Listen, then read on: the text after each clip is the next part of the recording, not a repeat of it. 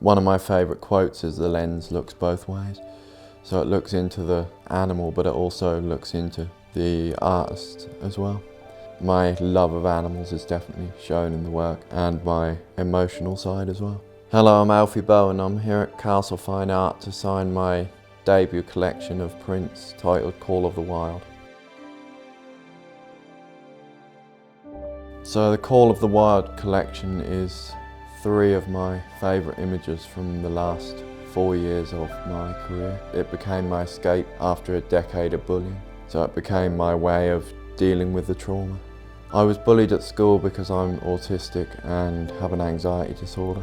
People weren't willing to accept my differences, so they bullied me instead. So I've always been obsessed with animals, so I used to read a lot of books, magazines, watch documentaries on TV, and I always like to learn a lot about the animal I'm going to photograph before I photograph them, so I can predict their behaviours, which makes it easier to get the images I want. So when I go to the zoo to take pictures, it's almost like a switch is flicked and I lose all my anxiety and feelings of not belonging in society. And animals, they never laugh at me like people have done. So I always kind of connect with animals and trust them more than I do people. So this is the camera that I use, a 500mm lens, which is my go-to lens, which allows me to get close to the animals but not zoom in too far to compress the emotion in detail. I guess my top tip is to be patient. I think my record is 6 hours watching one animal, trying to get a photo. And there's one I'm trying to get of a rhino on top of a hill between 2 tree lines. And I stood there 4.5 hours and the rhino was on top of the hill but it never turned around the right way. So I'm still trying to get that one. I like the emotional side of the chimp and how similar they are to humans. That's something that I've tried to get in my work because people never kind of got to know me as a child. They just heard that I got autism and ran a mile. And I'm trying to do the same with animals, to get people to look deeper than just what they look like. So that trying to get the emotional connection in my work is important to me. The chimp and the lion have always been 2 of my most popular images on social media, and they're 2 that are quite special to me. I spent a long while capturing the 2 of them. And then the leopard, I really like the eyes and the patterns.